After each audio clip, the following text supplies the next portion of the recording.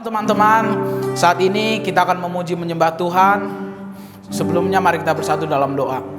Bapa yang baik dalam surga, pagi hari ini kami bersyukur kepadamu. Kami mau datang ke hadiratmu. Kami mau memuji, menyembah, memuliakan namamu. Engkau tolong dari awal pertengahan hingga akhir devotion ini.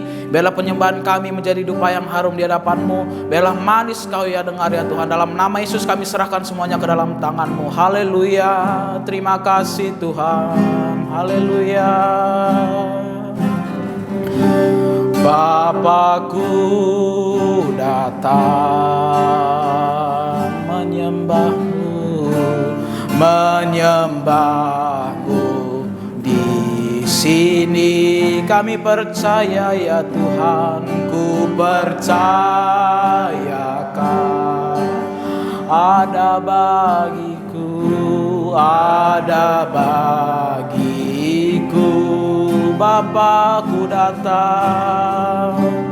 Bapakku datang menyembahmu ya Tuhan, menyembahmu di sini ku percaya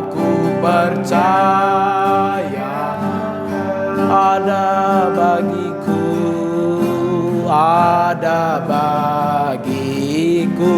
tak usah ku takut sebab kau sertaku, tak usah ku bimbang kau di dalamku, tak usah ku cemas kau menghiburku, saat ku lemah kau kuatku.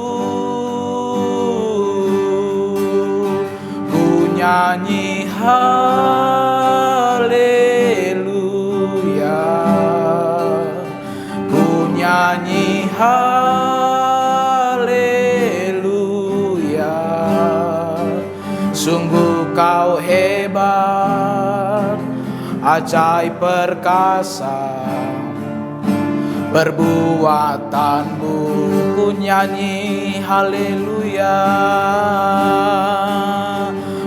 nyanyi haleluya,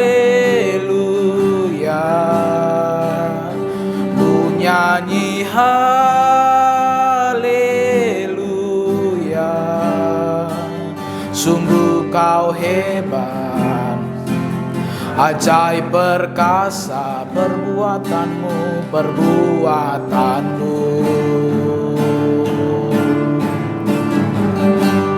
Di hidupku, haleluya. Terima kasih Tuhan.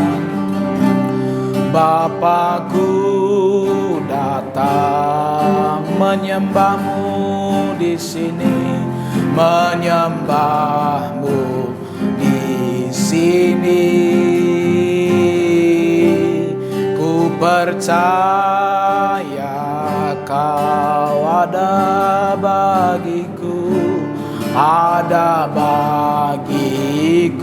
tak usah ku takut, tak usah ku takut sebab kau sertaku, tak usah ku bimbang kau di dalamku, tak usah ku cemas kau menghiburku, saat ku lemah kau kuatku.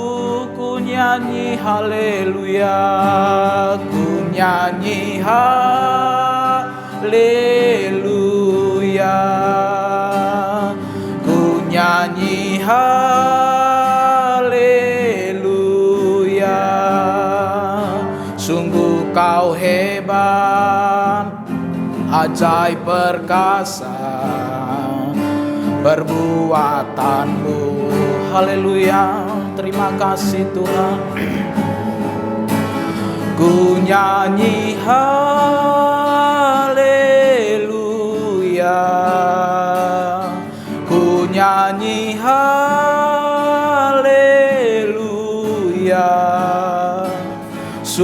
Kau hebat, ajaib perkasa, perbuatanmu sungguh Kau hebat, sungguh Kau hebat, ajaib perkasa, perbuatanmu sungguh Kau hebat ya Tuhan, sungguh Kau hebat, ajaib perkasa, perbuatanmu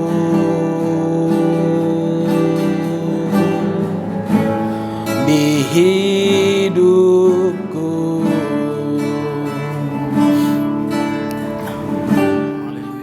Anak-anakku yang ada di rumah, shalom buat Bapak Ibu orang tua murid yang ada di rumah.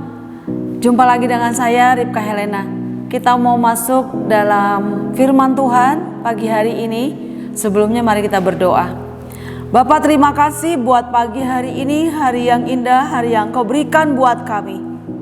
Mari Tuhan, waktu yang singkat ini kami mau mengenal Engkau Tuhan, rahasia-rahasia ilahi-Mu, supaya kami hidup di dalam kebenaran-Mu.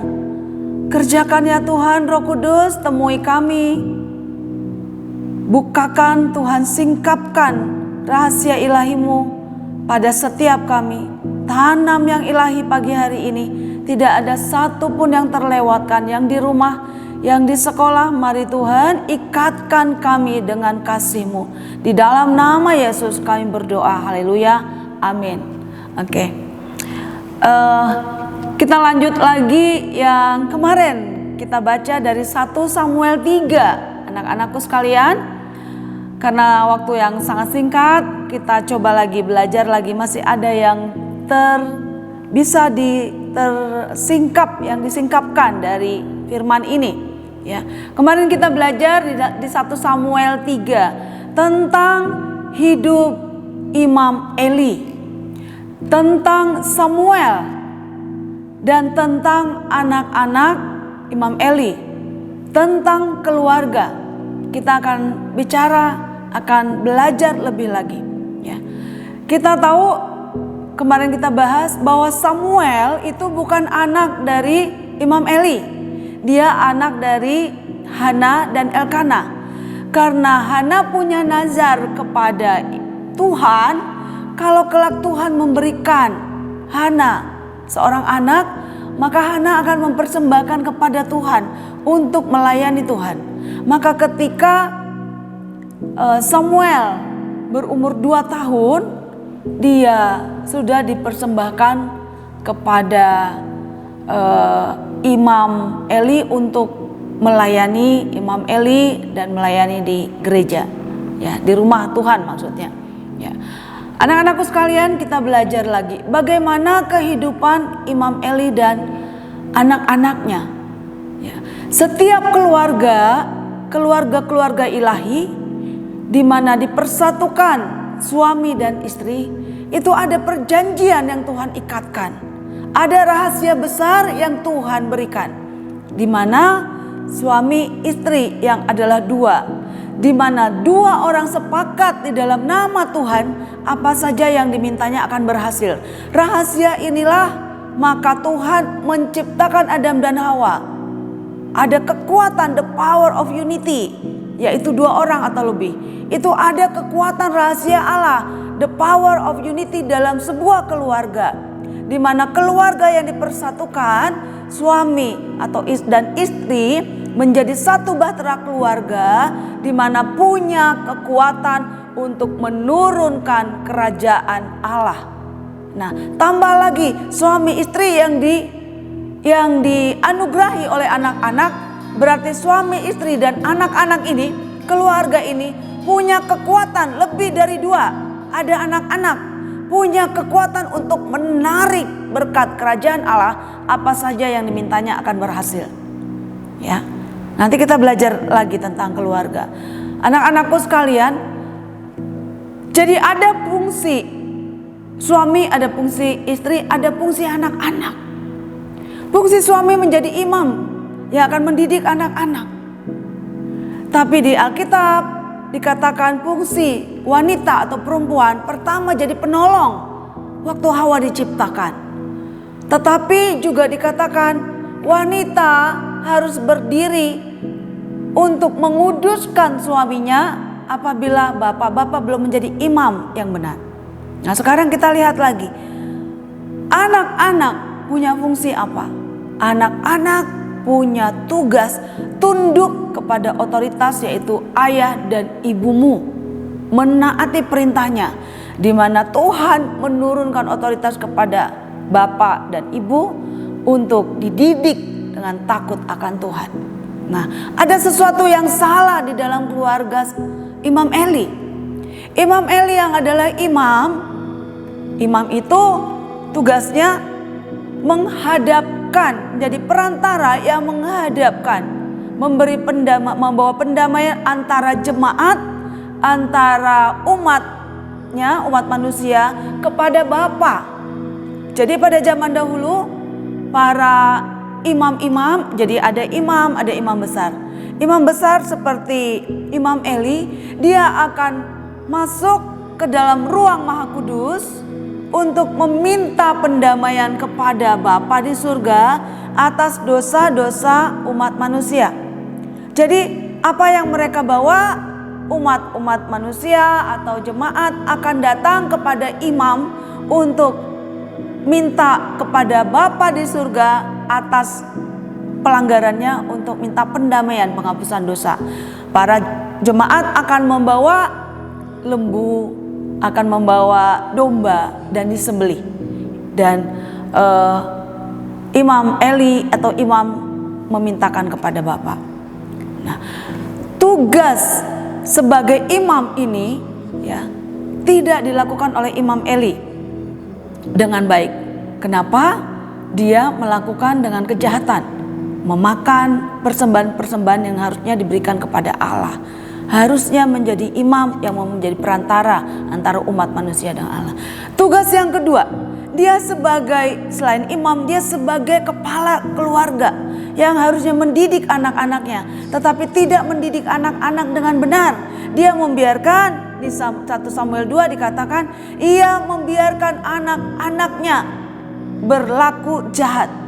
Ya, dia membiarkan anak-anaknya bergaul dengan wanita-wanita. Bahkan dikatakan dengan keras meniduri wanita-wanita, mabuk-mabuk. Dan Imam Eli sebagai orang tua tidak berfungsi dengan benar untuk mendidik anak-anaknya. Ini mungkin juga pesan bagi bapak ibu yang di rumah. Kita sebagai orang tua punya tugas mendidik anak-anak sehingga keluarga yang adalah suami, istri dan anak-anak sungguh-sungguh berfungsi di hadapan Allah untuk mendatangkan kerajaan Allah di bumi. Kesalahan yang berikutnya, kesalahan anak-anak Eli. Anak-anak Eli tidak patuh kepada orang tua, tidak mengindahkan orang tuanya. Anak-anak Imam Eli tidak tunduk kepada otoritas orang tua sebagai otoritas, apalagi tunduk kepada otoritas Allah yang Maha Tinggi. Di sini dikatakan 1 Samuel 3 ayat 13 dikatakan, sebab telah kuberitakan kepadanya bahwa aku akan menghukum keluarganya untuk selamanya karena dosa yang telah diketahuinya, yakni bahwa anak-anaknya telah menghujat Allah, tetapi ia tidak memarahinya. Tuhan sudah menyampaikan kepada Imam Eli bahwa Tuhan akan menghukum keluarga Eli karena Imam Eli tidak mengajar anak-anaknya. Dan Imam Eli tahu bahwa anak-anaknya menghujat Allah dengan perlakuan-perlakuannya. Jadi ada satu kesalahan yang besar di dalam keluarga Eli. Pertama, dari keluarga, dari orang tua tidak berfungsi dengan benar untuk mendidik anak-anak di hadapan Allah. Kesalahan yang kedua, anak-anak tidak taat dan hormat kepada orang tuanya. Dengan demikian, maka keluarga Imam Eli tidak dapat menerima atau mendatangkan kerajaan Allah dalam hidupnya, dalam keluarganya, di bumi yang Tuhan percayakan selama hidupnya. Biar ini menjadi pembelajaran buat kita. Anak-anak, belajar dan taat dan tunduk orang tuamu yang Tuhan berikan menjadi otoritas. Ibu yang melahirkan engkau, ya, benih ilahi yang dari Tuhan lewat suami, istri, bapakmu dan ibumu, jadilah engkau. Dan engkau adalah anak perjanjian yang Tuhan berikan. Engkau punya tugas tunduk kepada orang tuamu. Engkau punya tugas tunduk kepada Tuhan. Untuk apa? Untuk engkau menerima warisan ilahi yang turun dari orang tuamu, dari ayahmu yang adalah imam di hadapan Tuhan. Ya. Jangan menghakimi, jangan protes dengan pelanggaran dan kejahatan apapun. Dari sisi lain lihat Samuel yang adalah anak Elkana dan anak Hana. Dari usianya yang masih sangat muda, Tuhan telah memberitahukan rahasia bahwa Imam Eli akan dihukum bersama keluarganya karena pelanggarannya.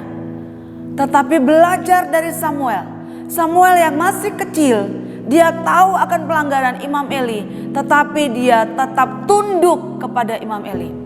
Seharusnya dia bisa cerita, wah Imam Eli itu tidak berkenan, tidak ada lagi pengurapan, jahat di mata Allah. Dan dia tahu bahkan Allah bicara dengan Samuel. Seharusnya ada alasan untuk Samuel tidak tunduk pada Imam Eli. Benar? Seberapa sering kita tidak tunduk pada otoritas kita? Apalagi kalau kita tahu dia tidak kudus dan melakukan hal-hal yang jahat. Belajar dari Samuel. Tugas kita sebagai anak kepada orang tua tunduk, menutupi kesalahannya. Tugas orang tua mengajar anak-anaknya. Pelanggaran dari orang tua itu urusan Tuhan dengan orang tuamu. Jadilah seperti Samuel. Sebaliknya, apabila kita melanggar titah yang menjadi aturan dari kerajaan Allah, seperti di Kejadian 9 ya, tentang Nuh, yang pada waktu itu Nuh mabuk dan Alkitab berkata dia telanjang. Anak-anaknya Sem, Ham, Yafet. Ham melihat anak-anak itu telanjang dan dia memberitahukannya dan tertawa memberitahukan kepada saudaranya. Tetapi keputusan saudaranya Yafet dan Sem, dia menutupi aura orang tuanya. Tidak seperti yang dilakukan oleh Sem. Dan di ujungnya keturunan Sem, Ham dan Yafet ada perbedaan. Keturunan Ham itu Nimron, ya, orang-orang yang keji jahat di hadapan Tuhan. Keturunan Yafet dan Sem, orang-orang yang diberkati Tuhan. Pilih. Keputusan ada di dalam tanganmu. Pilih untuk tunduk dan taat kepada otoritas. Saya berdoa biar Tuhan memberikan pengertian kepada kita semua, baik orang tua yang mendengar maupun anak-anak. Kita semua diberikan pengertian yang baru, rahasia kerajaan Allah. Kita hidup di dalam kebenarannya. Kita berdoa. Bapa, terima kasih pagi hari ini terus kami belajar Tuhan. Engkau menyingkapkan rahasia-rahasia ilahi sehingga kami boleh hidup di dalam kebenaran-Mu. Mari bicara lebih dalam lagi Tuhan. Singkapkan lebih dalam lagi. Tembusi hati kami.